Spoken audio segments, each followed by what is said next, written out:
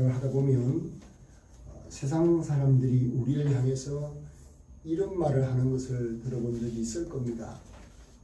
지난주에도 이런 뉘앙스의 말씀을 드리는 바가 있는데, 예수 믿는 사람들은 무슨 재미로 사는지 모르겠다. 아니, 주말에 놀러 한번 갈 수 있나?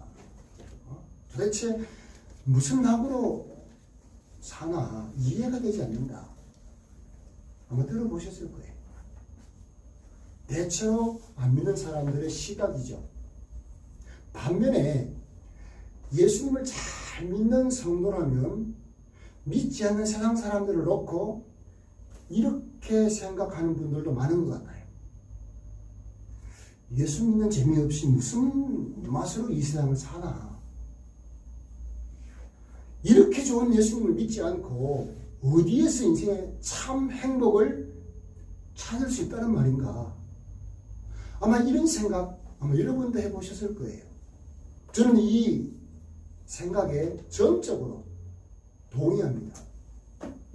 예수님을 믿는 사람이라면, 또 잘 믿는 성도라면 누구나 행복하기 때문에 그렇습니다. 아니, 신앙생활을 하는 성도라면 정말 행복해서 그 예수님 한 분만으로, 내가 믿음 생활을 한다는 그 하나만으로 이 세상의 모든 것을 소유한 것처럼 살아가야 합니다. 왜 그렇습니까? 여러분, 예수님을 믿는다, 신앙생활을 한다, 이거는요, 우리가 갈라디아서를 살펴보면서도 제가 강조를 했지만, 신앙생활은 갈라디아 2장 20절의 말씀을 구현하는 것이 신앙생활이거든요. 갈라디아서 2장 20절이 무엇이었습니까? 이제 예수 믿는 사람은 내 안에 내가 사는 것이 아니라 내 안에 예수님께서 사시는 것이다. 이렇게 고백한 다음에 사도 바울이 어떤 고백을 합니까? 이제 내가 육체 가운데 사는 것은 나를 사랑하사 나를 위하여 자기 몸을 버리신 예수 그리스도를 믿는 믿음 안에서 사는 것이다. 여러분, 우리 신앙생활이 무엇인지를 너무나 정확하게 표현한 것이 아닙니까? 나를 사랑하사 나를 위하여 자기 몸을 버리신, 이게 무슨 말이에요? 다른 말로 하면 죽도록 나를 사랑하신 그 예수님을 의지하고 그 예수님과 함께 사는 것이 신앙생활이다. 그러니 여러분, 이 신앙생활이 행복하지 않을 수가 없는 것 아니겠습니까? 여러분, 세상에요, 사랑하는 사람과 함께 사는 것만큼 큰 행복이 어디 있습니까? 사랑의 눈이 먼 연인들 보세요. 둘만 있으면요, 그저 좋아요. 그런 면에서 요즘 젊은이들의 사랑이 진짜인지 모르겠어요. 예전에는 작은 집만 있어도 어떻게 해요? 사랑하는 사람이면 만족했어요. 그것으로. 가난해도 괜찮았고요. 어떨 때는 고생을 해도, 남들이 손가락질을 해도 둘이 사랑하는 사람은 전혀 개의치 않고 행복한 삶을 살지 않습니까? 그래서 그런 말도 있잖아요. 서울에서 부산까지 가장 빨리 갈 수 있는 방법 뭔지 아세요? 여러분은 비행기를 생각하고 KTX 생각하시겠죠? 아니에요. 사랑하는 사람과 함께 가는 거예요. 제일 빨리 가는 거예요. 그 긴 시간도 잠깐인 거죠. 그러니 여러분, 신앙생활이 뭐라고요? 그렇습니다. 나를 사랑하신, 나를 죽도록 사랑하신 그 예수님하고 사는 것이 신앙생활이에요. 그러니까 여러분, 이게 신앙생활을 행복해야 된다. 행복한 것이다. 틀리지 않는 말 아닙니까? 그래서 항상 행복한 신앙생활. 이것을요, 다른 말로 표현하면 이 땅에서 천국을 누리는 삶이 신앙생활이다. 비록 이 땅에 발을 딛고 살아가지만 천국을 누리는 삶이 우리의 신앙생활이라는 겁니다. 우리가 여러분 천국은 예수 그리스도를 나의 구원자로 믿는 믿음 가지고만 들어갈 수 있는 것이죠. 요즘 여러분 좋은 대학을 들어가고 나서도 좋은 직장에 들어가는 것이 쉬워요, 어려워요? 쉽지가 않습니다. 직장 하나 잡는 거 쉽지가 않아요. 그런데 여러분 한번 생각해 보세요. 천국 들어가는 것은 좋은 직장, 좋은 대학, 뭐 그거 들어가는 거 그것과 비교해 보세요. 전혀 여러분 내 힘으로는 들어갈 수 없는 곳이지만 예수님을 믿는 그 믿음 가지고 들어가는 천국 얼마나 여러분 내가 거기 들어간다는 거 얼마나 큰 은혜입니까? 그것뿐만 아니라 이 땅에서도 나를 사랑하신 예수님을 내 마음속에 모시고 그분과 함께 사는 것이 신앙생활이니 내 신앙생활은 천국을 누리는 것이다. 할렐루야. 여러분 이 사실을 여러분 기억을 하셔야 돼요. 아마 여러분들은 프랑스의 수학자이자 철학자인 파스칼을 아실 겁니다. 파스칼. 그가 유명한 팡세라고 하는 신앙 서적을 남겼어요. 이 팡세의 주된 내용이 뭔가 하면 하나님 없는 인간의 비참함, 그리고 하나님을 모시고 살아가는 성도의 참된 행복에 대해서 서술한 책이에요.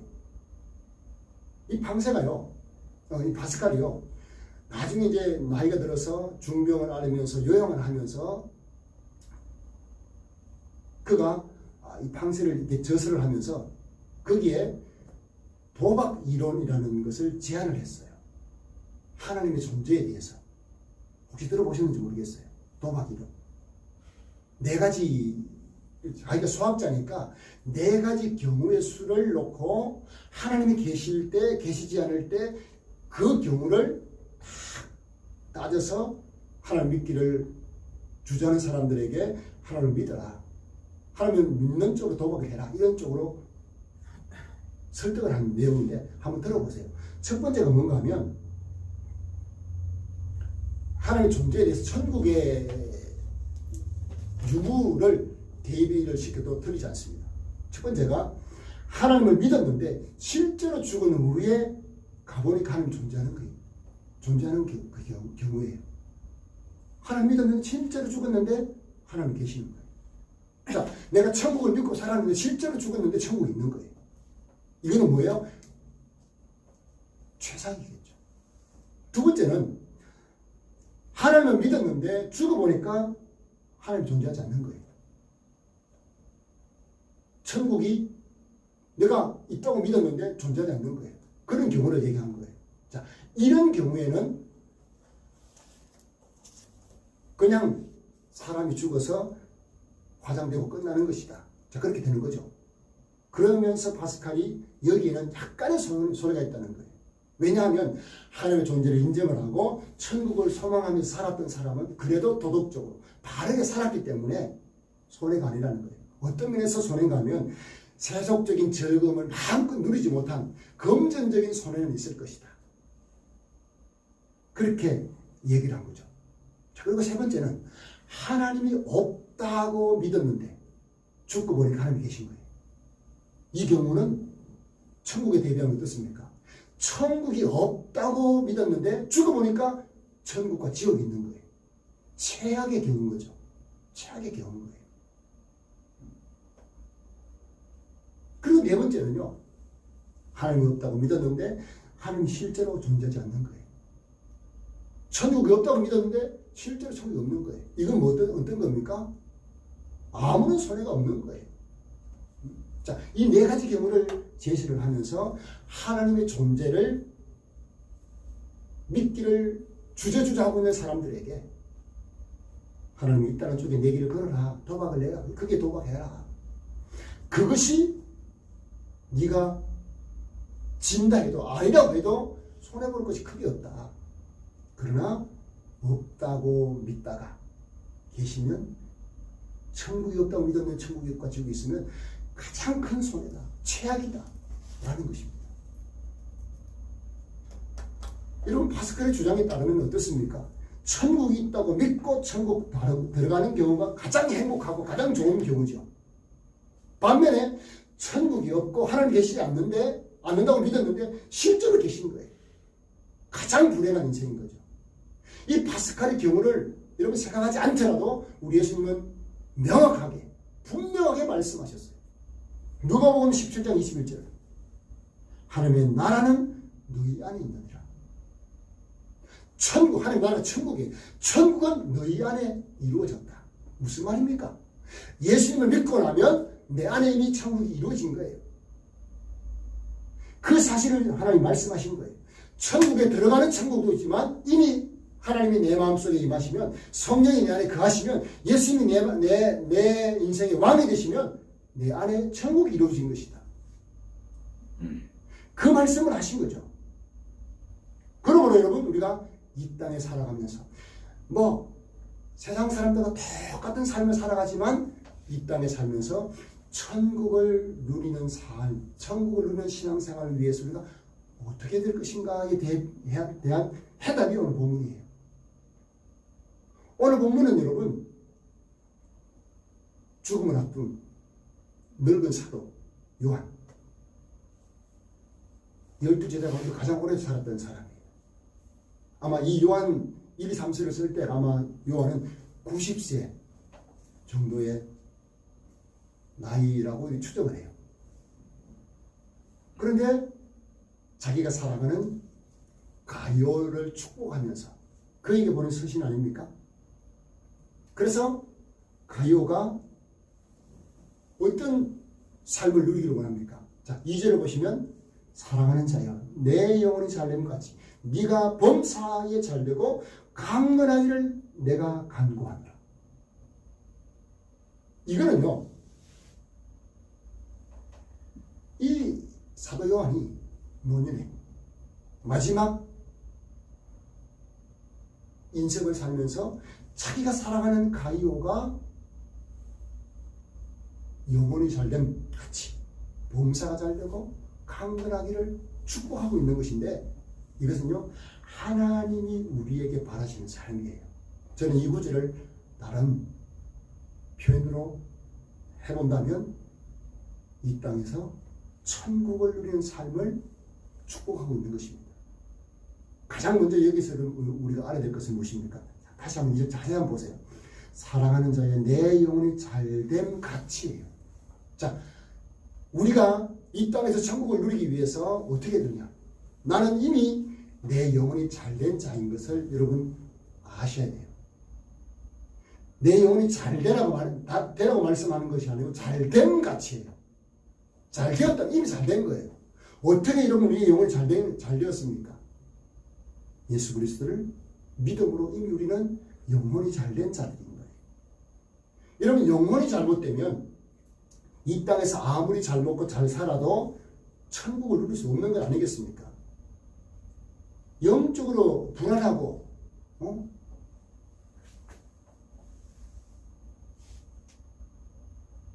그러면 여러분 다른 것들 잘 될 수가 없는 거예요. 다른 것도 잘 된다 할지라도 행복이 없는 거예요. 여러분 영혼이 잘 되지 않은 채 좋은 직업을 갖고 경제적인 부를 누린다고 해도 또 인간관계가 아무리 좋아도 영혼이 잘 되지 않은 사람은 늘 불안하고 늘 만족이 없어요. 그래서 여러분 예수님이 일찍이 경고하시지 않았습니까? 영혼의 만족이 없는 어리석은 부자를 놓고 예수님이 뭐라 말씀합니까? 이 땅에서 잘 먹고 잘 사는 것에 목숨을 걸었던 부자를 향해서 예수님께서 말씀하신 내용이 누가복음 12장 16절 이하에 나와요. 이렇게 말씀하시죠. 어리석은 자여 오늘 밤에 내 영혼을 도로 찾으리니 그러면 내 준비한 것이 누구의 것이 되겠느냐? 이 부자가 어떤 생각을 했습니까? 추수를요 엄청난 추수를 하고 난 다음에 창고가 모자라는 거예요. 그 창고를 흘러가지고 새로 크게 지어가지고 곡식을 가득 채워놓고 자기 영혼에게 이렇게 말하는 거예요. 내가 먹을 것을 많이 준비해놨으니까 먹고 마시고 즐기자. 누가 이 생각을 아셨어요? 하나님 아시는 거예요. 그래서 그 부자에게 어리석은 자예요. 너의 영혼을 내가 오늘 밤에 데려가면 네가 준비한 것도 누구 것이 되겠느냐? 근데 여러분 여기서 예수님 하신 말씀 중에 주목할 것이 영혼, 너의 영혼이라는 영혼이라고 하는 단어예요. 이것은요 예수 그리스도 안에서 하나님과의 관계에 있는 생명을 말하는 거예요. 영원한 생명이 주어지지 않는 것, 이것은 여러분 우리 인생에 불행한 거죠. 저는 여러분은 하나님이 우리를 창조하실 때 흙으로 우리를 빚어서 그 코에 생기를 불어넣으실 때 생명이 되었다. 영적인 존재가 되었다는 거죠. 그래서 여러분 우리 사람이 짐승들과 가장 다른 것이 무엇입니까? 영적인 존재라는 거 아닙니까? 그래서 여러분 영혼이 얼마나 중요한지 예수님께서요 마태복음 10장 28절 명쾌하게 설명해 주셨는데 여러분 이 말씀은요 정말 중요한 말씀 한번 들어보세요. 몸은 죽여도 영혼은 능히 죽이지 못하는 자들을 두려워하지 말고 오직 몸과 영혼을 능히 지옥에 멸하시는 자를 두려워하라. 다시 한번 읽어드릴게요. 몸은 죽여도 영혼은 능히 죽이지 못하는 자들을 두려워하지 말고 오직 몸과 영혼을 능히 지옥에 멸하시는 자를 두려워하라. 여러분 우리의 몸은 누군가가 나를 해할 수 있지만 영혼은 해할 수가 없습니다. 우리의 영혼은 누구만? 하나님만. 천국 아니면 지옥으로 보낼 수 있는 분이시다 라고 말씀하시는 거 아닙니까? 그러니까 여러분 우리의 영혼이 하나님과 어떤 관계에 있느냐, 이것이 여러분 얼마나 중요한지를 말씀하는 거죠. 그래서 가장 중요한 얘기라는 겁니다. 우리가 하나님을 만나는 실체가 되는 것이 영혼이에요. 하나님을 우리가 만나는 영적인 존재이기 때문에 하나님은 우리가 그분을 만난다고 할 때 영적으로 만나는 거예요. 그래서 여러분 다윗 같은 인물은 시편 42편 1절에서 이렇게 고백을 했죠. 우리가 자주 드리는 찬양 가운데 목마른 사슴, 하나님이여 사슴이 시냇물을 찾기에 갈급한 같이 내 영혼이 주를 찾기에 갈급하나이다. 무슨 고백입니까? 다윗이 보니까요 이 산에 사슴들이요 목이 말라가지고 물을 찾아서 막 이 산 저 산 물을 찾아 헤매는 모습을 보면서 자기 영혼도 저 사슴들처럼 목이 말라서 헐떡이면서 물을 찾는 그런 갈급함처럼 저는 주님을 찾습니다. 왜 그렇습니까? 내 영혼이 주를 찾습니다. 주님이 나와 함께 있을 때 우리는 영혼이 잘 되기 때문에 그렇습니다. 여러분 우리가 영혼이 잘 된다. 하나님과의 관계가 바른 것이죠. 그럴 때 우리는 천국을 누릴 수 있는 것인데 사실 아담과 하와가 에덴 동산에 살 때는 어땠습니까? 완벽한 천국이에요. 천국을 누릴 수 있는 삶이었어요. 죽음도 없었고요. 하나님과 늘 만남이 있었고요. 하나님 천국이죠. 근데 여러분 에덴 동산이 더 이상 천국이 아니다. 그 천국에 쫓겨나게 된 이유가 무엇입니까? 하나님께 대한 불순종 아닙니까? 그래서 천국을 누리지 못하게 된 거죠. 쫓겨난 거죠. 이를 회복시키기 위해서 여러분 아들 예수님이 오셔서 우리에게 그 천국을 에덴 동산을 새로 누리도록 하신 것이 바로 예수님의 십자가 죽으심이고 부활이신 거예요. 그 예수님 믿는 자마다 이 땅에서도 이런 천국을 누리는 삶을 살게 되어 있는 거예요. 여러분 그렇다고 해서 여러분 우리의 환경이 금방 바뀌는 것이 아니에요.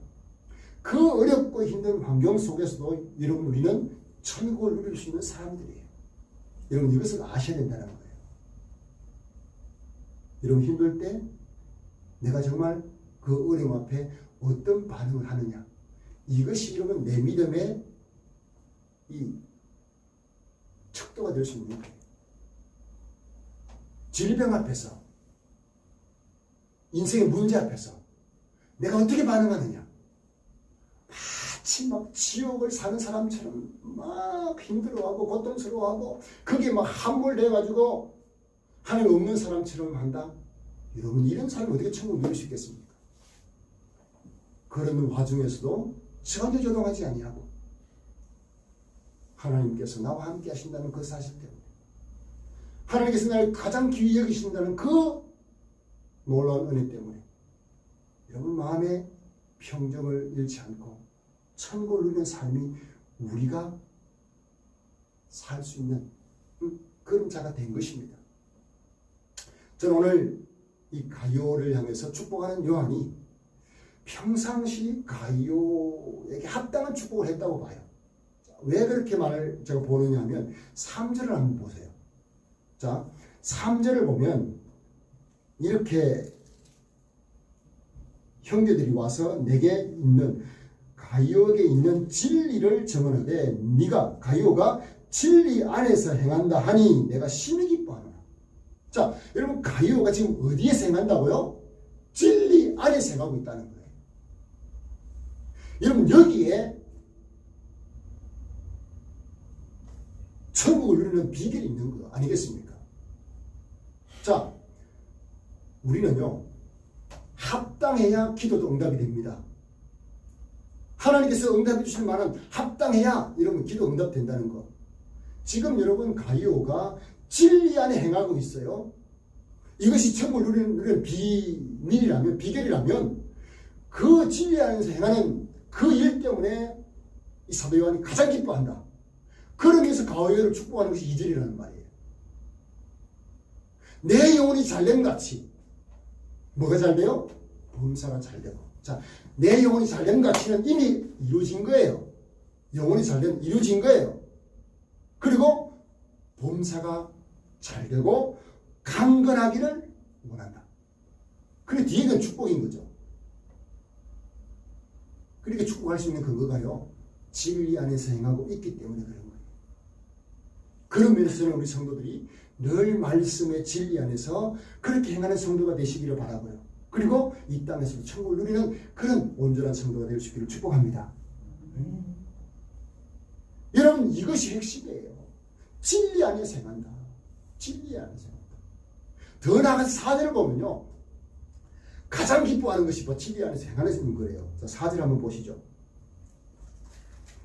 내가 내 자녀들이 영적인 자녀를 말해요. 사도 요한이 복음을 통해서 예수 믿게 된 그런 사람들, 영적인 자녀들이 진리 안에서 행한다 함을 듣는 것보다 더 귀한 일이 없다. 저는요, 이 사도 요한의 마음처럼 우리 성도들이 말씀대로 살아가는 삶이 가장 좋아요. 제가 부교 역자 때요, 담임 목사님이 이렇게 말하는 걸 들었어요.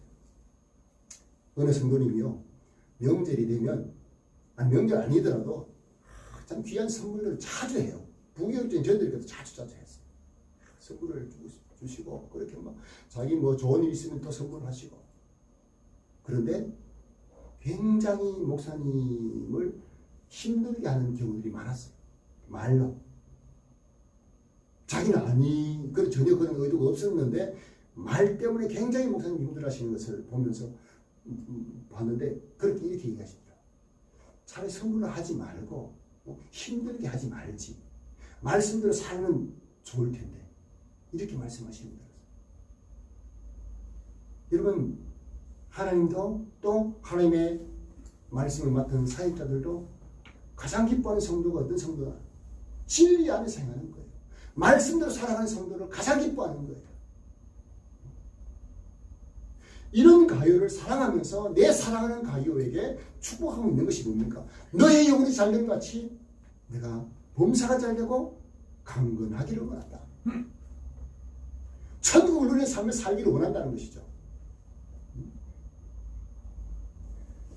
여러분, 요즘 우리나라가 마약 청정국 지위를 잃었다 그래요. 마약 유통이, 마약 범죄자가 올해만 해도 1,500여 명이더라고요. 벌써 잡힌 자 사람. 그래서 군에도 마약이 유통이 되고 있고, 안타까운 것은 10대들의 마약 이용률이 점점 높아지고 있다는 거예요. 이런 충격적인 사실 아닙니까? 다른 나라보다 마약 가격이 비싸니까 한국의 시장을 크게 보고 이 마약 조직들이 한국에 막 대거 진출하는 그런 상황이래요. 얼마 전에 이런 그 유명한 연예인 돈 스파이크, 그분도 마약 사범으로 그렇게 구속되지 않았습니까? 여러분, 왜 이런 일들이 있습니까? 외적으로는요, 성공했고 부유하고 다 갖추었어요. 근데 왜 마약에 빠지고, 왜 그럴까요? 진짜 영혼이 잘 되지 않은 거예요. 영적으로 만족하면 마약, 여러분 하나 해도 하겠어요? 자기 몸이 망가지는데.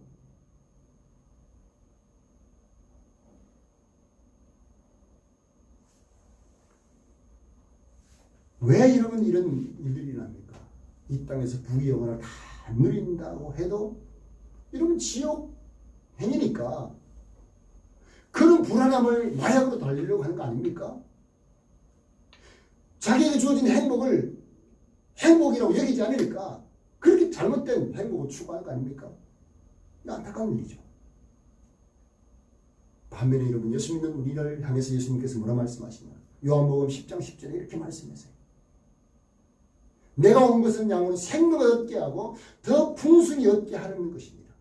무슨 말이냐? 이 땅에서 예수님을 통해서 주어진 생명을 가지고 천국을 더 풍성하게 누리는 그런 삶을 살도록 하시기 위해서 오셨다는 거예요. 그러므로 여러분, 우리는 기억을 하셔야 돼요. 내가 이 땅에서 천국을 누릴 수 있는 성도라는 사실을 여러분 기억하셔야 돼요. 내가 얻은 천국, 내가 누리고 있는, 내가 들어가게 될 천국, 또 내게 임한 이 천국, 이것은요, 이 세상에 있는 그 어느 것과 바꿀 수 없는 진짜 행복을 주는 것이 우리가 기억을 하셔야 되죠. 이것이 영혼이 살는 것이지, 하나님과의 관계가 바르게 될 때 가능한 것입니다. 여러분, 세계보건기구 WHO에서 1900년 초창기에 설립될 때 건강을 정의할 때, 병에 걸리지 않고 단순히 병에 걸리지 않는 것, 그걸 건강으로 정의하지 않고 병의 육체적인으로 안녕을 누린 상태, 그리고 사회적, 인간관계적으로 안녕을 누린 상태를 건강으로 정의를 내렸어요. 근데 최근에 와서는요, 영적인 안녕까지 건강의 범주에 넣으려고 하는 그런 시도를 하고 있어요. 이게 채택은 되지 않았더라고요. 근데 한 20년 전에 이런 논의가 있었어요. 영적으로 건강해야 진짜 건강한 거다. 여러분, 이것은 꼭 맞는 일 아닙니까? 진짜 영적으로 건강해야 행복해지는 겁니다. 저는 최근에 우리 아들들에게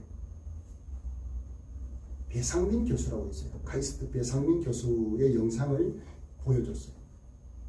세상을 바꾸는 시간이라는 세바시 15분 있습니다. 거기에 예전에 나왔던 영상인데, 이 배상민 교수가 아주 신실한 크리스찬이에요. 이분이 미국 디자인, 세계에서 제일 가는 디자인 스쿨, 파슨스 디자인 스쿨 출신이고, 최연소 교수로 역임을 하다 거기서 한 10년 전 교수를 하다가 카이스트 교수로 지금 재직하고 있는 분이에요. 근데 이분이요, 교수뿐만 아니고 주로 하는 일이 뭔가 하면 가난한 사람들을 위해서 디자인을 해서 그들을 돕는 일을 해요. 자기가 디자인을 해서 보니까 전 세계에 있는 부유한 사람들 1%를 위해서 디자인을 하고 있더래요. 그리고 디자인한 그 디자인이 그들에게 만족을 주는 것이 아니고 계속적으로 새로운 상품을 구매하도록 하기 위한 디자인에 쓰이더라는 거죠. 그래서 저는 이건 아니다. 자기가 한 디자인이 그 상위 1%가 아닌 나머지 사람들을 위해서 그들이 구매가 아닌 그들의 삶을 윤택하게 하는 일에 내 디자인을 사용하겠다. 그래서 만든 것이 뭔가 하면 여러분, 그 아프리카의 남미들 가면 굉장히 물 마시는 데 힘들잖아요. 그 만든 그 상품들을 학생들하고 만들어가지고 가서 또 봉사활동하고 오는데, 물을 이렇게 그릇망을 해가지고 물을 담아가지고 쭉 내리면 물이 다 걸어지는 거예요. 그런 미니 정수기를 만들어서 제공을 하고, 그리고 이런 만드는 방법들을 가르쳐 줍니다, 실제로. 제가 아이들에게 이걸 보고 느낀 점을 적으면 내가 치킨 한 마리 쏘겠다. 이래가지고 하니까, 아이고, 준다니까. 막 그 보고 댓글을 달았더라고. 그래서 치킨 값보다 훨씬 많은 현금을 보내줬는데, 왜 여러분 제가 이렇게 한 줄 아세요? 너희들 이분처럼 이런 가치관을 가지고 살아라. 제가 100마디 말해도 한번 보여주는 게 낫겠다는 거죠. 근데 이 배상민 교수가 예수 믿는 사람이라는 말을 아직 안 했어요. 나중에 하려고. 여러분, 이 배상민 교수를 가만히 보면요, 얼마나 행복해하는지 몰라요. 남의 삶을 윤택하게 하는, 남을 위한 삶이 얼마나 행복한지. 여러분, 이게 천국을 누리는 사람들의 모습이에요. 자기만을 위해 사는 거 아니거든요. 남의 유익을 위해서 남을 잘되게 하는 그런 삶을 인생의 행복으로 누리는, 행복으로 삼고 사는 삶. 이게 여러분 천국을 누리는 사람들의 특징이에요. 자, 여러분, 늙은 사도 요한이 자기 몸 하나 가는 힘든데 편지를 써가지고 자기가 사랑하는 가요를 축복하는 모습을 한번 보세요. 여러분, 이게 쉬운 일입니까? 지금 여러분, 우리가 손편지 쓰는 거 얼마나 힘듭니까? 근데 그 90이 된 노인이 자기 사랑하는 가요가 천국을 누리는 삶을 살도록 축복하고 있는 모습을 한번 상상해 보세요. 일평생 복음을 전하면서 이 땅에 예수 믿는 자들이 천국을 누리는 삶을 살기를 원하고 있는 것을 볼 수 있습니다. 이것은 하나님이 우리에게 원하시는 바인 거죠. 원하시는 바인 거죠. 그러기 위해서는 가장 먼저 어떻게 합니까? 하나님의 관계가 바른지를 늘 점검하셔야 됩니다. 하나님과의 관계가 바른지를 어떻게 알 수 있느냐? 내가 예배드리는 것이, 내가 찬양하는 것이, 내가 기도하는 것이, 내가 말씀 보는 것이 기뻐야 돼요. 그냥 겨우 억지로 하는 것이 아니고 기쁨으로 하는 거예요. 그렇지 않다면 여러분, 하나님과의 관계가 잘못된 겁니다. 그럼 영원히 잘 될 수가 없는 거예요. 그러면 불안한 거죠. 교회는 다니고 있는데, 신앙생활을 하고 있는데 이 마음이 평화가 없어요.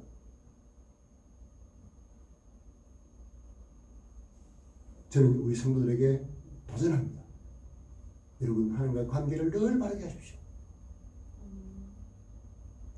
하나님과의 관계를 바르게 했던 요셉을 한번 보세요. 그 요셉은요, 형들의 손에 팔려서 이집트의 노예로 끌려갔어요. 그리고 보디발이라고 하는 그 장군의 집에서 종으로 살다가 성실하게 일해서 주인에게 인정을 받고 가정 총무가 되지 않습니까? 그런데요, 그 보디발의 아내가 이 멋진 요셉을 자꾸 유혹을 하잖아요. 그 유혹을 뿌리쳤다는 그 이유 때문에 억울한 누명을 쓰고 감옥에 갇히잖아요. 그런데요, 이런 요셉의 삶을 성경이 어떻게 평가합니까? 하나님께서 그가 함께 하셨기에 그가 형통한 자였다, 그렇게 말씀해요. 놀랍지 않습니까? 억울하고, 아니 형에 팔려가지고 노예로 간 것도 이러면 억울한데, 겨우 좀 인정받아가지고 좀 잘 되려고 하는데 또 억울하게 감옥에 갇히고. 그런데 여러분, 하나님과 함께한 이 요셉, 하나님이 끝내 애굽의 총리로 하나님을 쓰시지 않습니까? 놀라운 일이죠. 여러분, 우리도 마찬가지예요. 이 땅을 사는 동안 정말 세상 사람들이 보면 형통하지 않은 것 같아요. 예수 믿어도 병에 걸릴 수가 있고요. 예수 믿는 사람도 어려움을 당해요. 지난 여러분, 포항에 태풍 때 피해 입은 그 중학생 아이, 오천 제일교회 다니는 학생이었어요. 저는 우리 총회에서 총회장하고 임원들이 가서 위로하는 그런 일들도 있었는데, 여러분 예수 믿는 사람들이 이런 일을 당한단 말이에요. 근데 이것이 여러분 결코 우리로 하여금 이 땅에서 누릴 수 있는 천국의 그 기쁨들을 빼앗을 수 있는 것들이 아니에요. 분명히 기억하셔야 됩니다. 저나 여러분이나 우리가 이 땅에 사는 동안 하나님께 우리 이 땅에 살게 하시는 이유가 있습니다. 아니 아들까지 주실 만큼 우리 사랑하신 그분이 왜 우리가 이 땅에서 고통당하고 어려움당하고 질병 걸리고 그런 삶을 살도록 이곳에 내버려 두시겠습니까? 이 땅에서요 천국 누리는 삶을 살다가 천국 오라는 겁니다. 그래서 우리가 해야 될 일이 무엇입니까? 가요처럼 진리 안에 생활하는 겁니다. 진리 안에서 사는 겁니다. 여기서 말하는 진리는 예수 그리스도를 가리키죠. 요한복음 14장 6절에 내가 곧 길이요 진리요 생명이 나로 말미암지 않고는 아버지께로 올 자가 없다. 여러분 예수님이 진리시죠. 그 예수님이 믿는 믿음 안에 사는 삶이 천국을 누리는 비결이요. 또 하나님과 관계가 발견될 때 영혼이 잘 되는 겁니다. 그리고 영혼이 잘 된 같이 범사가 잘 되고 강건하기를 원한다. 강건해지는 겁니다. 이 강건은요 육체적인 강건, 우리가 하는 모든 일들의 강건, 범사가 잘 된다는 거죠. 이 잘 된다는 거는요 요셉 같은 개념에서 바라보셔야 돼요. 내가 생각하는 만큼 잘 되는 그런 잘 되는 것이 아니라 하나님 보실 때 내가 영적인 성숙을 이룰 수 있고 하나님과 더 가까워지는 그런 신앙의 연단도 다 포함된 겁니다. 그래서 여러분 꼭 기억하셨으면 좋겠어요. 우리가 이 땅에서 천국을 누릴 수 있는 존재가 되었다. 예수님을 나의 구원자를 믿는 이상 우리는 천국을 누리는 자다. 그러면 내 앞에 놓여있는 이 곤고한 삶들, 수많은 문제들, 질병들, 이거는 뭐냐? 이거는요 천국을 더 소망하기 위해서 내가 이 땅에 소망을 두는 것이 아니고 하나님께 소망을 두고 천국에 소망을 두고 살도록 하기 위한 방편이라는 사실을 기억하시면서 조금 더 흔들림이 없기를 바라요. 제가 여러분에게 기도 하나 부탁을 드리고 싶은 것이 있어요. 제가 11월 7일에 수술을 앞두고 있어요. 갑상선 결절이 있어가지고 목이 자꾸 커지면서 이게 이제 떼내야 될 정도가 됐어요. 이제 여포암이라고 그러더라고요. 떼서 조직을 검사하니까 암일 확률이 높다는 거예요. 떼내서 조직을 정밀하게 또 그 검사를 해야 알 수 있대요. 그 이제 전신마취를 하고 하는데 제가 이제 그 부교육교로 섬겼을 때 고신대학을 다니고 있던 그 의사가 있었어요. 그 친구가 이제 이 갑상기 쪽에 아주 경험한 그런 친구에서 진료를 하고 나를 잡았는데 솔직한 제 마음은 전혀 거기에 대해서 이렇게 염려가 되거나 그렇지 않은데 옆에서 난리예요. 전혀 두렵지가 않고 전혀 문제가 되지 않는데 그래서 가만히 놓고 볼 때 제 자신을 놓고 볼 때 하나님 주신 은혜가 내 안에서 작동하고 있구나. 나의 작은 믿음이 작동하고 있구나 하는 생각에 참 감사한 마음이 들어요. 여러분 왜 제가 이런 고백을 드리느냐. 믿음 생활을 한다는 것 천국을 누리며 사는 삶이 바로 이런 거라는 겁니다. 다른 게 아니에요. 개인적으로 이런 보십시오. 뭐 내세울 게 있습니까? 사람들이요 인간적으로 볼 때 인정해 줄 만한 게 없어요. 여러분을 봐도 그럴 수 있을 거예요. 그래서 저는 전혀 그렇지 않습니다. 하나님께서 나 같은 자를 이렇게 사용하시고 나 같은 자를 위해서 예수님을 주셨다는 그 사실 때문에 늘 감사한 거예요. 그래서 마음에 천국을 잃지 않기 위해서 하나님 관계를 점검하고 그렇게 살아가는 것입니다. 여러분 이런 삶을 살아낼 수 있는 우리 성도들 되기를 축복합니다. 그런 삶을 위해서는 꼭 기억하십시다. 우리는 진리 안에 생활하는 것입니다. 그럴 때에 천국을 누리는 신앙생활 가능하다는 사실을 꼭 기억하시면서 늘 말씀 읽는 것과 또 들은 말씀을 가슴에서 새기고 삶을 적용하는 그런 신실한 믿음의 삶이 되시기를 주님의 이름으로 축복합니다. 자, 우리